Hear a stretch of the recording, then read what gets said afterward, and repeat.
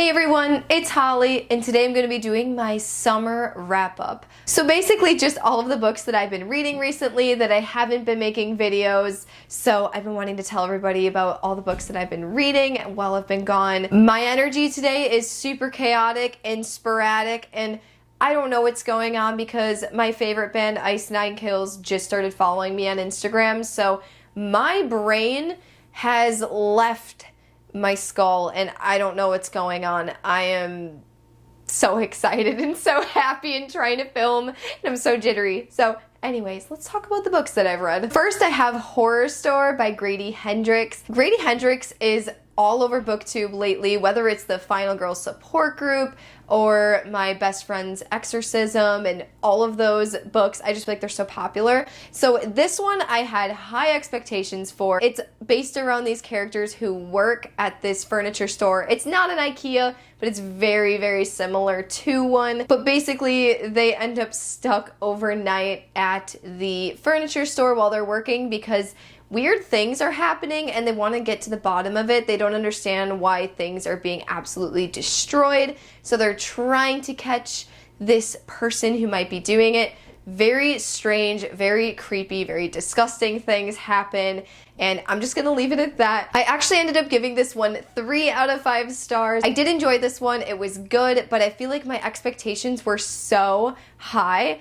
Definitely my favorite part about this book that would have to be the format that it is in, how you go through and there are actual models and everything, and it is so cool. Like while you're reading it, you truly feel like you are reading a furniture. There we go, that's what I'm looking for. So you have like diagrams of the different furniture and like their uses for it and whatnot. I just loved how this was almost like a manual, like you were gonna actually get this from a furniture store to look at the furniture there. It's just such a unique concept that I really appreciated. I also feel like this really set the tone for a creepy book. The overall setting is very gritty and gross and dark. However, I think the issue with this one was definitely my expectations going into it, because I don't know where I read it, but I read somewhere that it's a horror comedy. So I was expecting this to be just a really funny read and almost like satire, but it was not satire at all. Yes, there were a couple funny moments, but I definitely wouldn't label it horror comedy, aside from the fact that obviously it's a haunted furniture store. But I was just expecting something that was not as dark and more funny. So that's just my expectations. There's nothing wrong with it being dark. I love dark.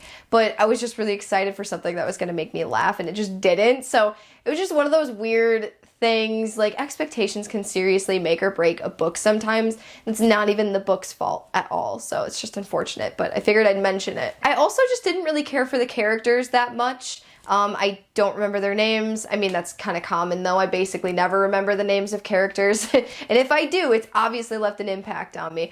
But I don't know, I just didn't really connect with any of them. I don't think there was anything really outstanding. The characterization just wasn't the best, in my opinion. So while, yes, it was super unique, super creepy, I think this is a really fun, just if you want to just be a little bit creeped out and grossed out and you want something that's a different kind of layout, I definitely think that this one's going to be a really good choice for you. Next up, we have Breach of Peace by Daniel Greene, the very own Daniel Greene here on BookTube. He is one of my all-time favorite booktubers, so I was so excited to get my hands on his novella. And you guys, I gave this one 4 out of 5 stars. I was absolutely blown away by this because, one, I don't really care for novellas usually. It's usually not enough for me. I always want more from them. So this novella is based around a band of police officers who are investigating a brutal murder that happened to a noble family. Some shocking new information is revealed, and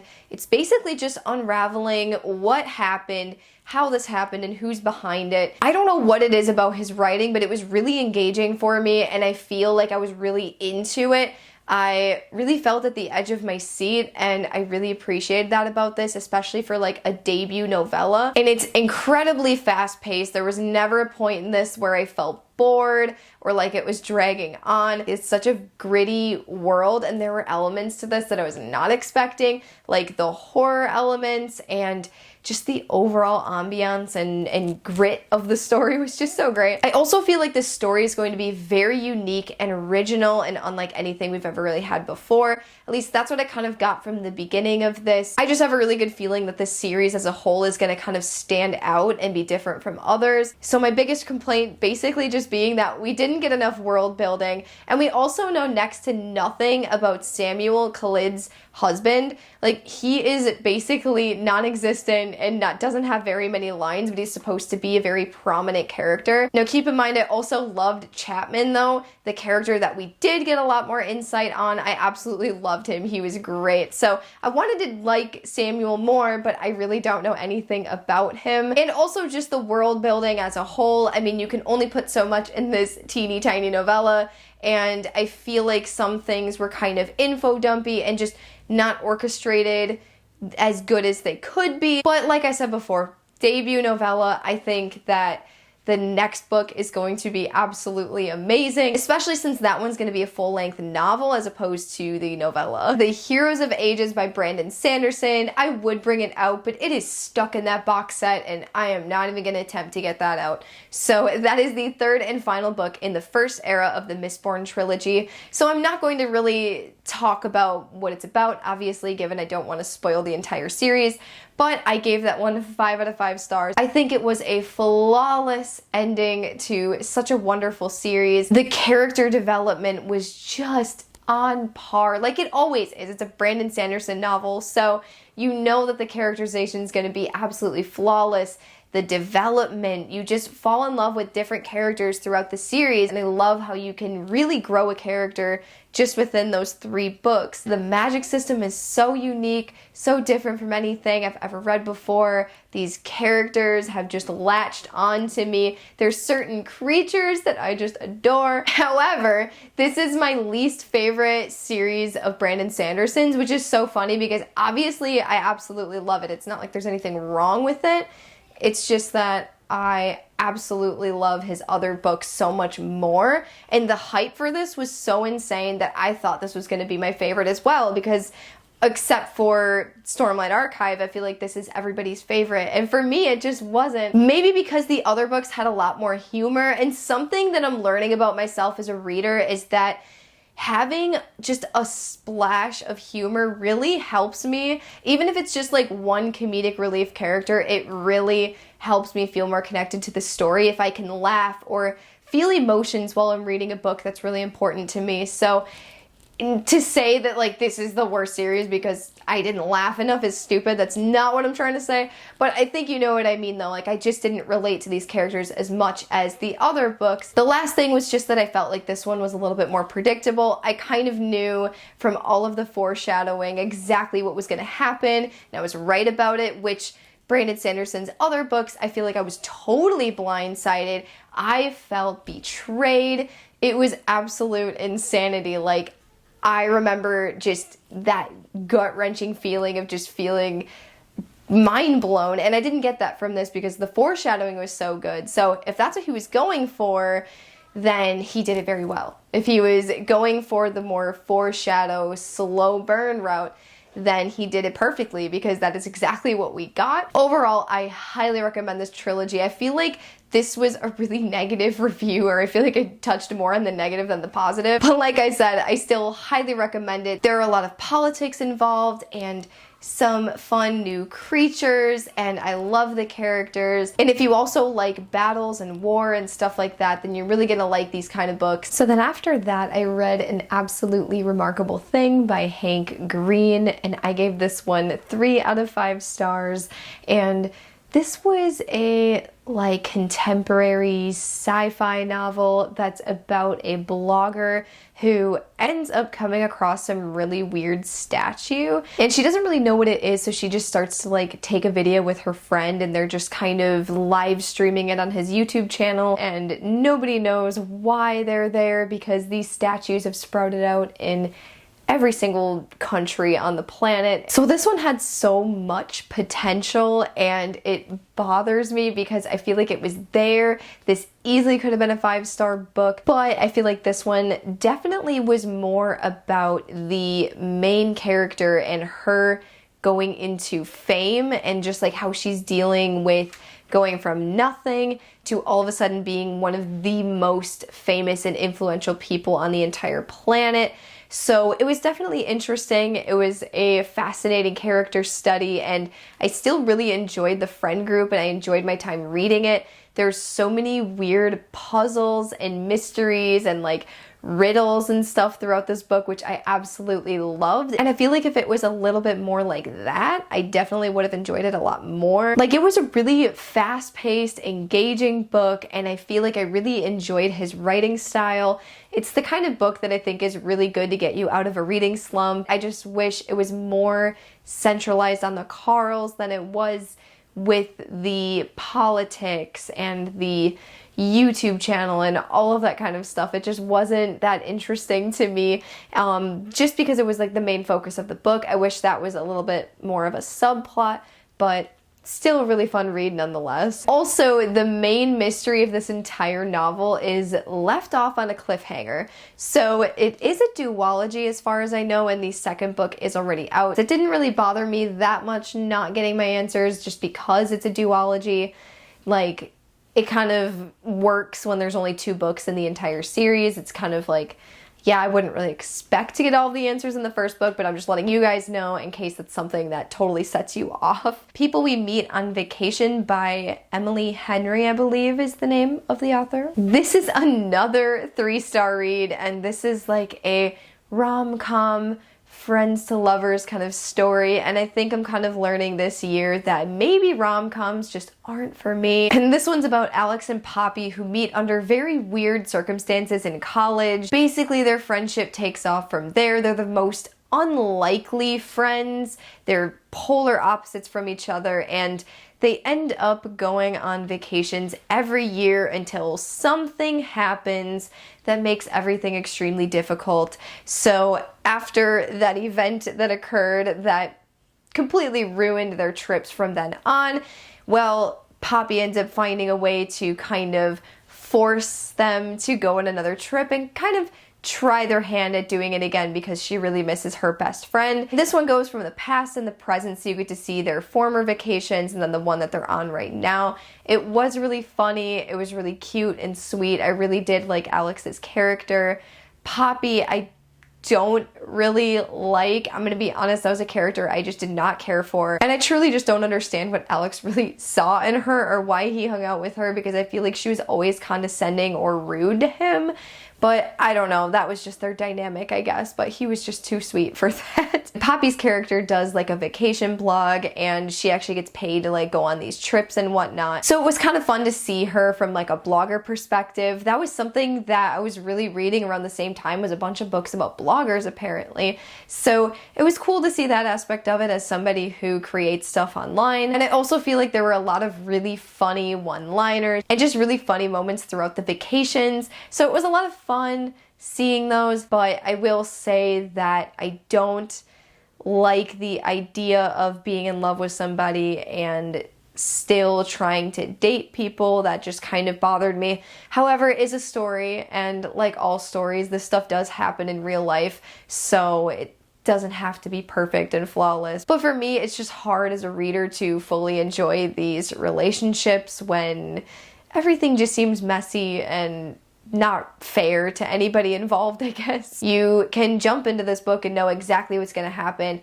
how it's going to end, and the vacation started all kind of blurring together and getting a little bit boring for me. They lost their spark once we started getting to more of the vacations.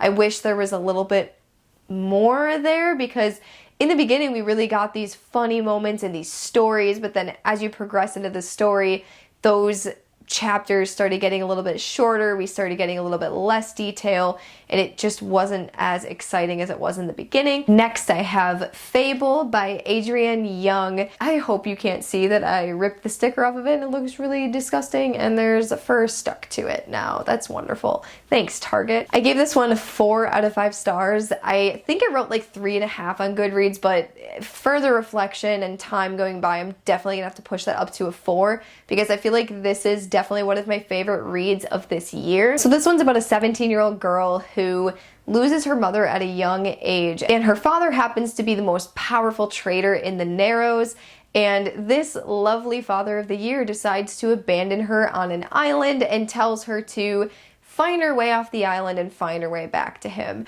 So this book is about her just learning how to survive in the Narrows in this very dangerous town. And she is a dredger, so she goes down into the trenches and gets gems and crystals and any kind of treasures to make money, and she stumbles upon a crew in here, and I don't really want to explain much more, but I really enjoyed all of the characters. I enjoyed the atmosphere. I just loved this so much. This is very much less fantasy and more just pirate story. There's not necessarily magic. I don't, like very tiny. And if you're somebody like me who just is so fascinated with different kinds of crystals and everything, it was really fun to see those all sprinkled without. And just the overall imagery of the sea and the diving and the beaches and everything was perfect.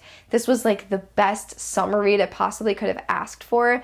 It just really made me feel like I was on a pirate ship or like I was on the beach or something. And it's just one of those stories that has the perfect cast of characters that really feels like a found family kind of trope. And I was not expecting to love this cast of characters as much as I did, but I really was rooting for them, and I really appreciate the main character, Fable, because she's just a very strong and smart, just really unique and great character to read about. And I feel like it covers the topic of grief perfectly. There were just so many powerful moments in this book, and like it really went deep. I was not expecting this one to hit so deep, but it really did. So the only things that I really had written down that I didn't like were mostly based on world building, because like I said, I don't even know that there is magic, and it's really difficult to tell, but maybe the second book will touch on that a little bit more, and maybe I just wasn't reading it clearly. I have no idea,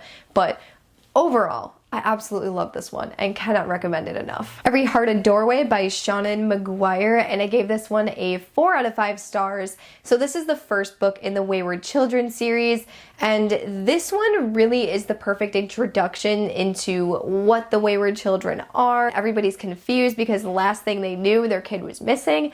Then they come back and they're talking all kinds of nonsense and saying they went to this magical world.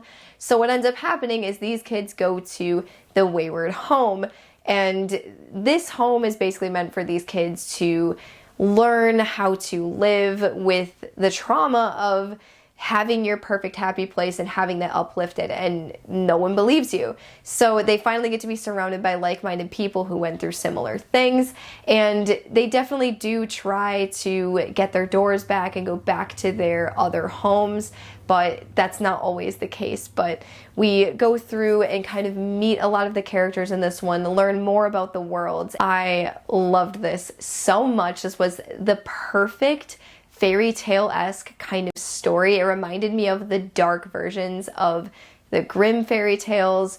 So I love the writing style so much. I really appreciated some of the characters. I loved the school. However, it is unfortunately super short as a novella, so the world building is not really there. There's a lot of things that are very unclear to me about the worlds. They kind of vaguely explain like weird directional things and what that means, and I tried rereading those chapters over and over again, and I still am super confused, and maybe that's just my own fault and not the book's fault, but I would have liked to know a little bit more. I just think I wanted like more. Like, this just isn't enough. But I think that is the purpose of these books, is to have them be short and sweet and a nice little fairy tale kind of feel. So I think that's exactly what Seanan McGuire is going for. So it makes sense. So of course I had to read Down Among the Sticks and Bones by Seanan McGuire after that. And this one is a prequel for the characters Jack and Jill from the first book. I love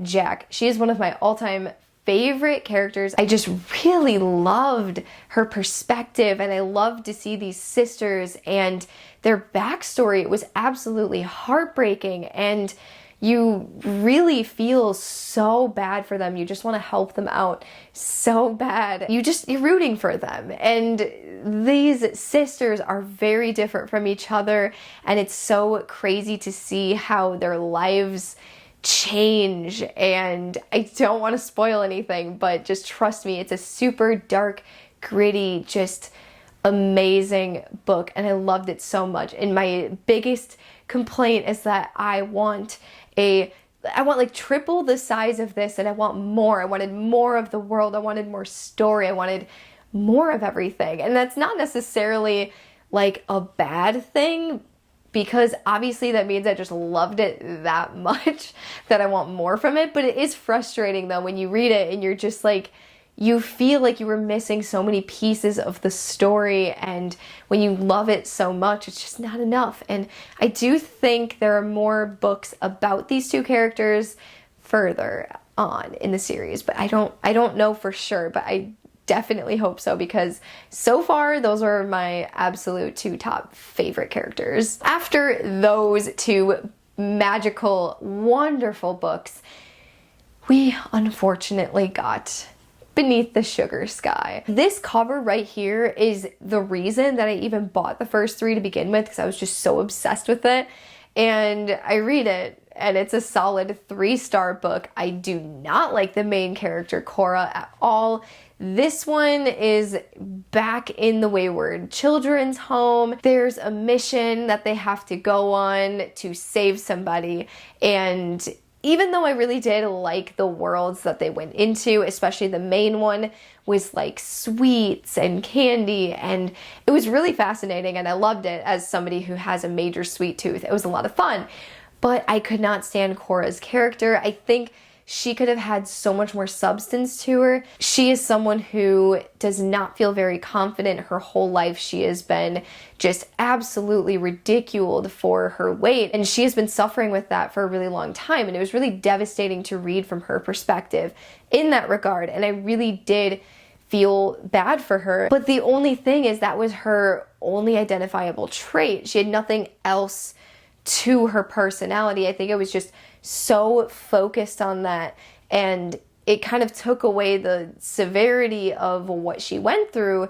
because they didn't give her any other defining traits, if you know what I mean. I don't know how to explain it, but it was just really a letdown, because she could have been such a wonderful character, and I do think that her story arc was very important, and the overall message behind it was absolutely beautiful, but to have no other personality traits was just hard to read about, and it got really overdone and obnoxious after a while. However, I was really excited to see some characters and some worlds that I never thought that I would get to see, so I was just really pumped and really excited for that. But overall, it was a little bit of a letdown compared to the first two. Then I read The One by John Mars, and I gave this one a 4.5 out of 5 stars.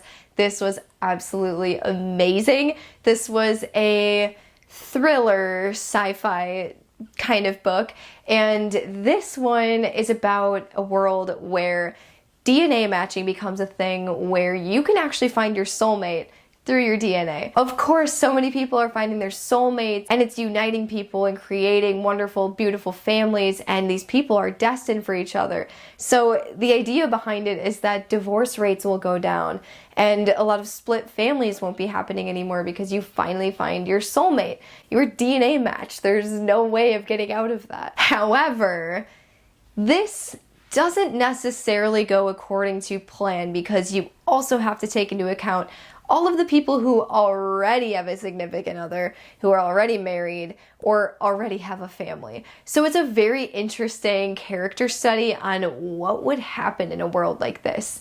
And this is based around either 5 or 6 different characters and just their lives while this is all kind of new and going on. This was so crazy and twisty and turny. Like, every single chapter had something to be left on a cliffhanger. This was one of the most addicting reads I've ever read before. Like, you cannot possibly put it down. You just need to keep flying through the pages. And another little bonus, and I'm not gonna like spoil this for you because I'm so happy that I went into this not really knowing much. So I'm gonna do the same thing for you guys. Like, promise me, don't look any more into it, because I'm just gonna leave it at there's one specific character who I was not expecting to be in a perspective like that. And it's a little bit morbid and intense, so just be aware of that. But like, just trust me, it's fantastic. So many twists. I loved the ending. It was so crazy. I just had so much fun with that one. And you know, as far as like dislikes, I feel like it is extremely far-fetched. So just keep that in mind. I mean, it's not really a dislike, but I'm just kind of letting you know, like, that might be something that other people might not like, is they're gonna think this is absolutely ridiculous. Like, it goes over the top to the point where this could never feasibly happen in a universe ever, because it's just that dramatic and crazy. But I think for the sake of the story, it's just super fun and entertaining and engaging. But the actual like main complaint that I have with this book is the timelines make literally no sense. Some of the characters are flying through months, while some characters are literally going day by day. It makes no sense. I have no idea how the time structure works at all, or if they're supposed to be on different timelines. I don't know. It was just really confusing, and it kind of just threw me off a little bit. So other than that though, it was just a fantastic book. In My Dreams, I Hold the Knife by Ashley Winstead. And thank you so much to SourceBooks for sending me a finished copy of this book. I appreciate it so much. And this is a thriller about a group of college kids who end up going to their 10-year reunion, and things aren't exactly the same with this group after one of their best friends within the group was brutally murdered when they were in college, and they never did find out who the killer was. They go back to this reunion and they kind of revisit the past. So this book goes in between the past and the present, and of course it's a murder mystery, and you're slowly piecing everything together throughout the story, and you're following some horrible characters. Every single character in this entire book is just so awful in their own way, and I really appreciated that. Not everybody is gonna like to read about so many unlikable characters, but personally I thought it was so like gossipy and fun, and it was definitely like a guilty pleasure kind of read, where it makes me kind of feel like a Pretty Little Liars, Riverdale kind of feel. Very different stories, but that same kind of like backstabbing, lying friends, just gossiping and doing horrible things, and it's great. And of course there's murder involved and other twisted things. One of the crazy things though about this is that even though these are some really messed up characters and very unlikable, and you do not agree with the decisions that they've made and the actions that they've done, however, the author does such a good job at making you sympathize for them and like truly feel bad and kind of understand the way that their brain was thinking, like why they did some of the things that they did,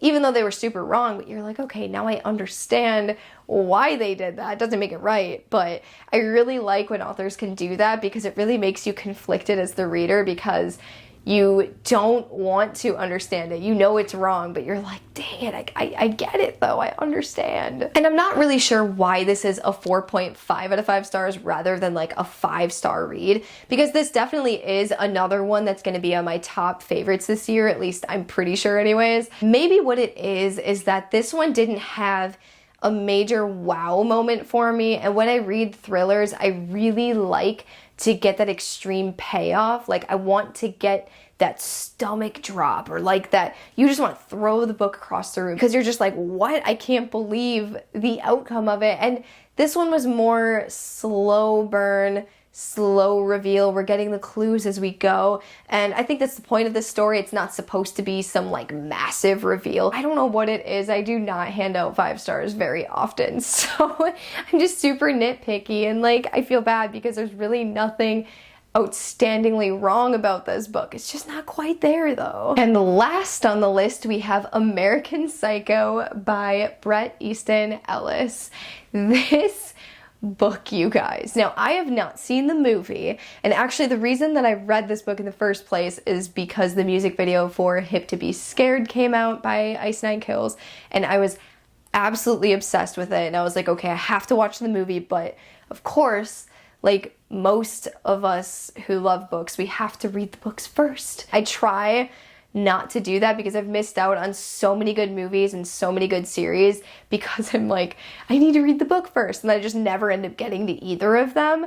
But that music video, I loved it so much, and I'm gonna be completely honest, that is 100% probably what influenced me enjoying this as much as I did. Like, I gave it a 4 out of 5 stars, and I was like teetering on a 3 and a 4 just because of the absolute vulgarness. I don't even think that's a word, but like this was extremely brutal and way beyond what I'm used to. And that's not necessarily why I docked the review. I'm just kind of warning you, like it's very, very messed up, and trust me, if you've seen the movie, like this goes to places that the movie, I haven't even seen it yet, but like just trust me when I say that there are many things in here that were not in the movie and are way worse. I was not fully prepared. So that's not one of the reasons that I docked it though. It's just that there were so many details sprinkled throughout this book. It was just insane. Like the amount of detail that went into talking about what these guys were wearing and the suits, and it just drove me nuts. Like I literally had to skim it in some parts, I'm gonna be completely honest, because there's only so much I can read about men's suits until I just do not care at all anymore. So if you don't know what American Psycho is about, it is about a character named Patrick Bateman who works on Wall Street. He's like a super charming and rich man who has a lot of like influential friends. You know, they're all just super rich and go to parties and just super fancy and whatnot. However, Patrick Bateman has some murderous psychotic tendencies. Now, this one had a lot of extremely dark, funny moments in it, or not even like dark humor, but just full on just hilarious scenes that had me laughing out loud. I was screenshotting things, I was sending them to my husband, like I was having so much fun reading some of this, but then like it would go so graphic or so detailed or just so like sexist, homophobic, racist, and that's the point of it. Like this is not supposed to be a good character. This is supposed to be an awful, psychotic human being, and it really touches on some horrific things that are in our world and that do exist, especially this taking place in the 80s, I believe, or like the early 90s, like late 80s. It's really scary to see how people felt, and it really touches on what's wrong. And I don't want to spoil anything, but I feel like Patrick Bateman's character was a really interesting, just a fascinating character to read about, because you really get to see how psycho he was in his head. And it was really difficult to read sometimes just because of the horrible, like, I mean, the things that he would think were just so hateful and so evil and wrong. And it was really difficult, but it was also fascinating because you could just, like, there was some merit to some of the things that he saw that were disgusting, but then he would just handle things in a way worse way. And I don't want to spoil anything, so I'm just gonna leave it at that. Like, if you enjoyed the movie, you're probably gonna enjoy this because you know what you're in for. This is extremely hard for me to review just because the content in this is just so insane. Like every single trigger warning you could possibly ever have is in this book. So it's definitely not going to be for everybody. And I do feel like nowadays this is like especially a difficult book to read. So like if this came out now, I think like, I mean, it's already a banned book, but it would just be completely like, it would not go well if this was a book that was published now. And I think the author himself has gone through a lot of crap after publishing this book, but there's also been so much success around it as well. But like I said, I think my overall enjoyment of this just came from the random bits of comedy and seeing these psychotic thoughts and just being in the mind of an absolute psychopath. And then the ending and like the writing style, once it got to the ending, like there's things that I can't give away, but there were ways in the writing that just made this a crazy story, and it really made my brain hurt. Like I really had to think after this and read the author's note, and it made me just want to jump into the movie right away and just fully visualize, not the murderous stuff, but like visualize like the psychological part of this book. Just be prepared. Like if you haven't read this, like I don't know what to tell you, because this, I understand why a lot of people hate it. Like, I understand it. I get it. But I was not one of the people who hate it. But that's also because I love Ice Nine Kills. And this was so fun to see the quotes from the book into the music video. And I was, like, recognizing things. And I was, like, again, like, taking pictures and being like, that was in the music video. So it was just one of those things that was really fun and relatable with, you know, a music video and a band that I absolutely love. So there was just more to this one than just reading it. So those were all of the books that I read during the spring and the summer months. Let me know down below what your favorite book this summer has been, or just like a list of your few favorites. I've been basically not on BookTube at all, so like I don't even know what's the popular summer books right now, or what's kind of floating around right now, or is the industry just kind of dying right now because nothing really comes out in the summer. It all comes out in fall. So like now is the perfect time for good books to come out. But anyways, make sure to like this video and also make sure to subscribe if you want to see more bookish content from me. I will see you again soon. Bye!